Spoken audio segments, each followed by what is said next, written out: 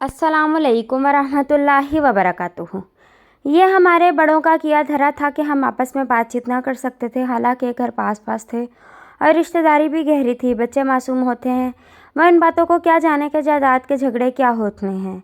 फरवा मेरी चची ज़ात थी, हम साथ स्कूल में दाखिल हुई, दोस्ती पक्की हो गई। इस दोस्ती को हमने स्कूल तक ही महदूद रखा था, क्योंकि घर वाले एक दूसरे के दुश्मन बने हुए थे। फरवा के घर फ़ोन ना था। जब उसे किसी सहेली से बात करनी होती थी, मेरे घर आ जाती। उसकी अम्मी मना करती कि ताया के घर ना जाओ, लेकिन वह उनका कहना ना मानती।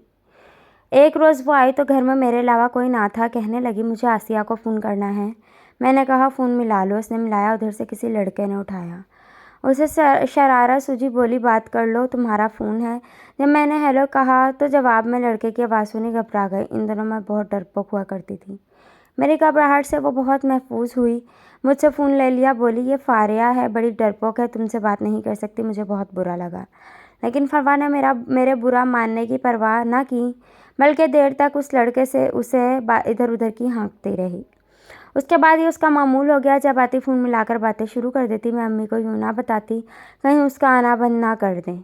अम्मी पूछती तो कह देती, ये अपनी किसी सहेली से बातें करती है। वालदा मुझ पर खफा भी होती, मैं परवाह ना करती। फरवा की हम नो हो जाती। इस लड़के का नाम शाहरुख था। रफ्ता रफ्ता फरवा से उसकी दोस्ती हो गई। मैं अब तक उसके मामले में से दूर रही। कहीं नाराज़ होकर मेरे घर आना बंद ना कर दे। एक रोज़ उसने कहा, फारिया, घर वाले मेरे नाम की डाक खोल लेते हैं। मैं एक ख़त तुम्हारे पते पर मंगवाना चाहती हूँ। जब ख़त आए, ध्यान रखना। मैं उसे अब मना भी ना कर सकी, कहीं हमारी दोस्ती न टूट जाए। दरअसल मुझे उसकी दोस्ती बहुत अजीज़ थी। यूँ उसके ख़त मेरे नाम आने लगे।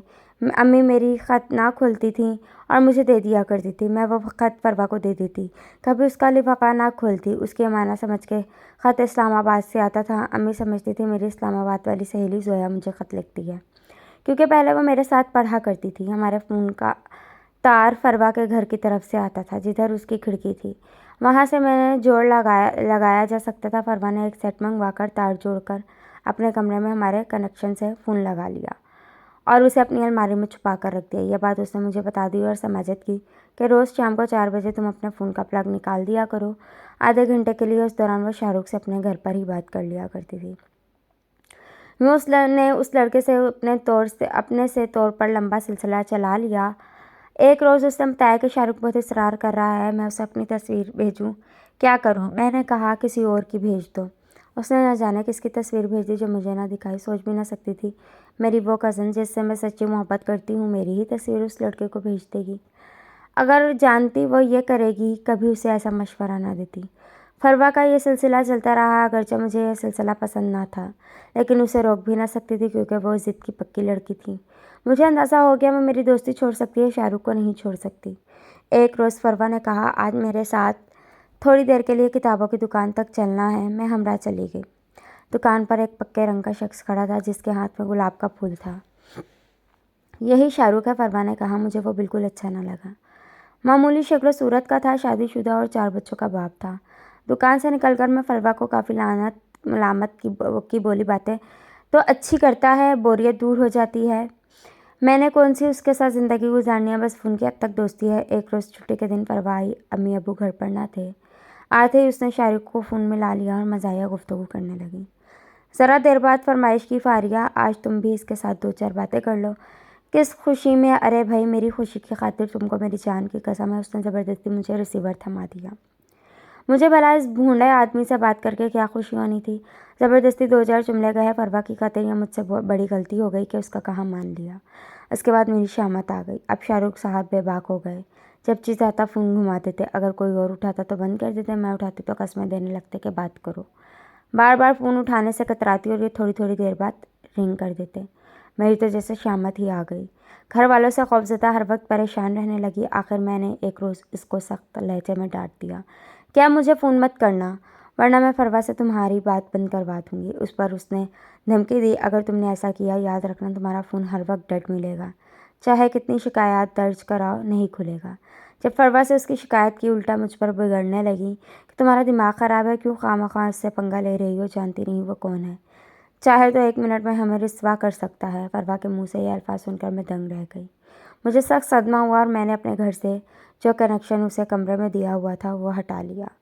اب وہ ہمارے کنیکشن سے اپنے محبوب کو فون نہ کر سکتی تھی۔ اس نے بات چیت ترک کر دی اور دوستی کا رشتہ توڑ لیا۔ انہی دنوں خالہ نے امی سے میرے رشتے کی بات کی تو امی نے ان کے بیٹے عادل کے لیے خوبصورت اور اعلیٰ میرا رشتہ منظور کر لیا۔ عادل تعلیم یافتہ تھا، بیرون ملک سے پڑھ کر آیا تھا اور اب ایک اعلیٰ عہدے پر فائز تھا۔ ہمارا گھرانہ اس رشتے پر بہت خوش تھا۔ میں اور عادل بھی مسرور تھے کیونکہ ہم دونوں بھی ایک دوسرے کو پسند کرتے تھے۔ میری دلی تمنا تھی کہ میں اس کی ہو جاؤں اور اب قدرت نے خود ہی اس کا انتظام کر دیا تھا۔ فروا اگرچہ مجھ سے ناراض تھی لیکن منگنی والے دن وہ از خود آ گئی۔ امی نے اس کو کہلوایا تھا کہ منگنی پر تم نے آنا ہے کیونکہ ان کو علم نہ تھا کہ ہماری دوستی کے درمیان رخنا پڑ چکا ہے۔ فروا میری منگنی پر خوش نظر آ رہی تھی۔ اس نے ہنس کر مجھے مبارکباد دی تو میں نے بھی اسے معاف کر دیا اور دل صاف کر لیا۔ منگنی کے بعد عادل مجھے فون کرنے لگے۔ ہم فون پر باتیں کرتے تھے۔ مجھے معلوم نہ تھا کہ شاہ رخ کی ملازمت ٹیلی فون کے محکمے میں ہے اور وہ ہمارے فون سنتا ہے۔ وہ میری اور عادل کی تمام گفتگو سنتا تھا اور واقف ہو گیا تھا کہ ہماری شادی ہونے والی ہے۔ ایک روز میں نے محسوس کیا کہ عادل مجھ سے کھچا کھچا سا ہے۔ میں ڈر گئی لیکن پوچھنے کی ہمت نہ ہوئی۔ پہلے ہمارے گھر ہر ہفتے آتا تھا، اب اس نے گھر آنا چھوڑ دیا تھا۔ ایک دو بار امی کے بلانے پر آیا بھی تو اس کے لہجے میں اس قدر سرد مہری تھی کہ لگا ہی نہیں یہ وہی عادل ہے جو رات بھر فون کرتا تھا۔ اب ایک بار فون پر بات کرنا گوارا نہ تھا اسے۔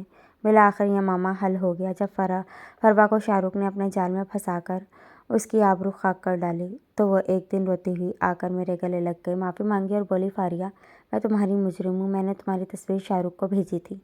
ایک مذاق جان کر اس نے عادل کو دے دی اور کہا کہ تمہاری منگیتر نے مجھے یہ تصویر بھیجی ہے اور تم سے منگنی سے پہلے وہ مجھ سے فون پر بات کیا کرتی تھی۔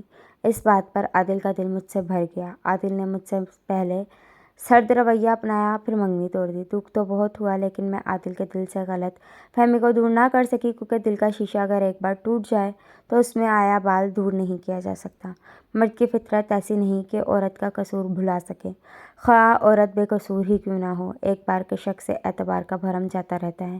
مجھے عادل کے کھو دینے کا بہت غم ہوا مگر یہ غم سہنا پڑا۔ اس پریشانی سے میری طبیعت خراب رہنے لگی۔ امی نے چیک اپ کرایا تو پتہ چلا کہ ٹی بی ہو گئی ہے۔ سچ ہے غم گہرا ہو تو دیمک کی طرح انسان کی صحت کو چاٹ جاتا ہے۔ باقاعدگی سے علاج ہونے لگا۔ بالآخر میں نے اس جان لیوا بیماری سے نجات حاصل کر لی مگر روح کو جو دیمک لگی وہ نہ جا سکی۔ عادل کی شادی ہو گئی، وہ اپنی بیوی کو لے کر بیرون ملک چلا گیا۔ فروا کی بھی شادی ہو گئی اور وہ رخصت ہو کر اپنے گھر سدھار گئی لیکن میں جہاں تھی وہاں رہ گئی۔ دعا کرتی تھی کہ میرے نصیب کی خوشیاں بھی عادل کو مل جائیں کیونکہ قصور میرا تھا۔ غلطی مجھ سے ہوئی، عادل کا کوئی قصور نہیں تھا۔ میں نے ہی فروا کی دوستی میں اس پر اتنا اعتبار کر لیا کہ اس نے ناگن بن کر مجھے ڈس لیا۔ میرے نصیب بھی میں اندھیرے نہیں تھے لیکن اپنی بے وقوفی سے میں نے اندھیرے بھر لیے۔ فروا کو اس کی منزل مل گئی۔ آج سوچتی ہوں اگر بڑوں کی لڑائی تھی تو اس کی کوئی وجہ تھی۔ وہ ہمیں بھی ایک دوسرے سے دور رہنے کی تلقین کرتے تھے۔ ہمارے کزن اور میرے بہن بھائی اسی وجہ سے آپس میں نہیں ملتے تھے مگر میں نے بڑوں کی بات نہ مانی۔ تبھی امی نے مجھے روکنا ٹوکنا چھوڑ دیا بلکہ میرے حال پر چھوڑ دیا۔ فروا سے ملنے سے بھی نہیں روکتی تھی، چاہتی تو روک دیتی، تب شاید میں تباہ نہ ہوتی۔ ماں باپ بچوں کا مزاج بناتے ہیں اور ان کے مزاجوں کو سمجھتے بھی ہیں۔ تاہم کچھ والدین کبھی کبھی اپنی ذمہ داریاں نہیں سمجھتے اور بچوں کو ان کے حال پر چھوڑ دیتے ہیں، تب مجھ جیسے نادان بچے بڑا نقصان اٹھاتے ہیں، ایسا جس کا عمر بھر ازالہ نہیں ہو سکتا۔